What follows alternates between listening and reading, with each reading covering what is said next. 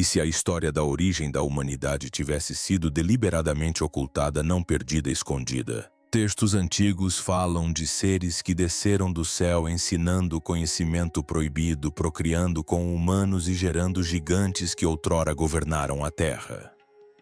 Agora a inteligência artificial desvendou um dos manuscritos mais misteriosos da história, e o que descobriu muda tudo o que pensávamos saber sobre anjos, demônios e a própria estrutura da realidade.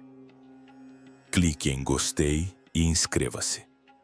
Essa toca do coelho é mais profunda do que você imagina. O livro de Enoque não se encaixa perfeitamente em aulas de catequese. É cru demais, estranho demais, repleto de horror cósmico. Enquanto Gênesis nos apresenta um jardim e uma serpente, Enoque nos oferece algo muito mais perturbador: seres celestiais que abandonaram seus postos, desceram à terra e alteraram o curso da história humana para sempre. Não se trata de uma relíquia empoeirada acumulando teias de aranha no porão de um mosteiro. Milhões de pessoas assistem a análises detalhadas no YouTube. Hollywood se apropriou de suas imagens para filmes de grande sucesso. Acadêmicos debatem o assunto com renovada urgência. E agora, ferramentas de tradução por IA estão revelando camadas que os olhos humanos não perceberam por 2000 anos. Escrito em algum momento entre 100 a.C. e 300 depois de Cristo, o texto traz o nome de Enoque, uma figura misteriosa mencionada brevemente em Gênesis como alguém que caminhou com Deus e nunca morreu. Ele simplesmente desapareceu. O livro que leva seu nome afirma revelar o que ele testemunhou durante essa caminhada: salas do trono nos céus, anjos aprisionados implorando por misericórdia e profecias que soam perturbadoramente relevantes para o nosso mundo moderno. Mas eis a reviravolta: Enoque não o escreveu. Autores anônimos associaram seu nome para dar peso às suas visões, uma prática comum chamada pseudepigrafia. Apesar de suas origens obscuras, o texto sobreviveu. Perdurou, e certas passagens parecem menos mitologia antiga e mais avisos criptografados destinados a uma civilização que finalmente pudesse decifrá-los. O livro de Enoque não é uma única história. São 5 revelações interligadas, cada uma mais perturbadora que a anterior. Parte 1. Os Vigilantes, capítulos 1 a 36. Esta seção apresenta a rebelião. Seres celestiais chamados Vigilantes foram designados para observar a humanidade. Em vez disso, tornaram-se obcecados. Desceram. Tomaram esposas humanas. O resultado: os nefilins híbridos gigantescos cuja sede de violência quase destruiu a civilização. Enoque torna-se o mensageiro entre esses anjos caídos e o trono divino, levando seus apelos desesperados por perdão. A resposta é negada. Os vigilantes permanecem nas trevas até o julgamento final. A segunda parte, as parábolas, capítulos 37 a 71, nos leva a um drama judicial em escala cósmica. Surge uma figura chamada Filho do Homem. Um juiz pré-existente com autoridade para condenar os ímpios e exaltar os justos. Esses capítulos se assemelham a um thriller jurídico espiritual com vereditos escritos antes da fundação do mundo. O conceito é anterior ao Novo Testamento em séculos, levantando questões incômodas sobre quais tradições se inspiraram em quais. Parte 3. Os Luminares Celestiais. Capítulos 72 a 82. Aqui Enoque recebe uma visita guiada pelo cosmos do arcanjo Uriel. O caminho do Sol através de 6 portais celestiais. Os ciclos crescentes e minguantes da Lua. Um calendário solar de 365 dias que entra em conflito com os sistemas lunares usados por culturas vizinhas. Não se trata apenas de astronomia. É cosmologia como teologia. Cada órbita tem um significado. Cada eclipse carrega uma mensagem. Parte 4. Visões oníricas. Capítulos 83 a 90. Dois pesadelos apocalípticos se desenrolam. O primeiro revisita o dilúvio, mas com detalhes adicionais omitidos em Gênesis. O segundo reformula toda a história da humanidade como uma alegoria animal. Ovelhas representando Israel, lobos, simbolizando os opressores, e leopardos representando os impérios conquistadores. É bizarro, é vívido e culmina em uma promessa de restauração. A quinta parte, a epístola, vai dos capítulos 91 a 108. A seção final se lê como uma carta de um avô para seus descendentes. Caminhe com humildade. Mostre misericórdia. Não confie nos poderosos. Entrelaçam-se vislumbres apocalípticos, exércitos angelicais, batalhas cósmicas e uma terra renovada onde a justiça finalmente reina. 5 partes, uma tese perturbadora. A realidade é muito mais estranha e muito mais perigosa do que nos contaram. É aqui que a tecnologia moderna entra na história. Seus modelos de linguagem ocular treinados em textos antigos começaram a perceber padrões invisíveis para os estudiosos tradicionais. No capítulo 18, uma figura chamada Satanás é explicitamente chamada de príncipe dos anjos caídos. Mas volte ao capítulo 7 e o texto menciona anjos se afastando com seu príncipe sem nomeá-lo. Mesma frase, mesma estrutura, conexão oculta.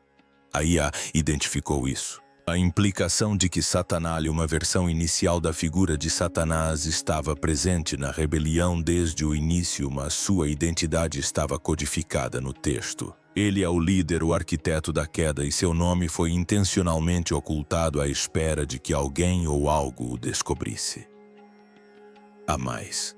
No capítulo 7, anjos aprisionados se curvam diante de Enoque e imploram por sua intercessão. Isso ecoa tradições adâmicas muito mais antigas, nas quais os anjos eram ordenados a honrar o primeiro humano.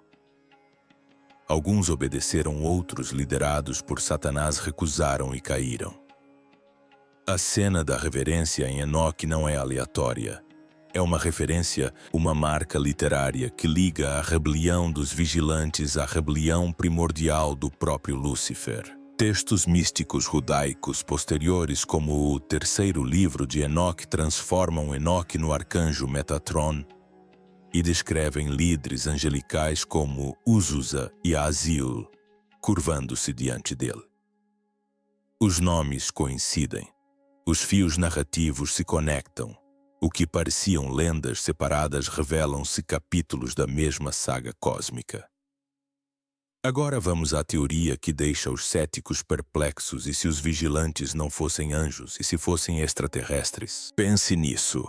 Seres avançados chegam do céu. Eles ensinam metalurgia, astronomia, guerra, cosméticos, tecnologias que parecem surgir repentinamente na história da humanidade. Eles se reproduzem com humanos, gerando descendentes gigantes. Depois são aprisionados sob a terra por autoridades superiores. Troque anjos por alienígenas e a história se transforma em uma narrativa de primeiro contato. As naves espaciais, carruagens brilhantes. Os filhos de Deus, uma espécie capaz de manipulação genética. Os nefilins, híbridos, a punição, uma quarentena imposta por uma civilização mais poderosa. Teóricos dos antigos astronautas apontam para mitos semelhantes em todo o mundo, deuses descendo à Terra, ensinando segredos e deixando para trás megalitos e conhecimento avançado. Eles argumentam que os primeiros humanos sem vocabulário científico descreveram os visitantes extraterrestres nos únicos termos que possuíam seres divinos. Os críticos, por sua vez, argumentam que essa perspectiva subestima a engenhosidade humana. Por que presumir que nossos ancestrais precisaram de ajuda alienígena para construir, inovar ou criar?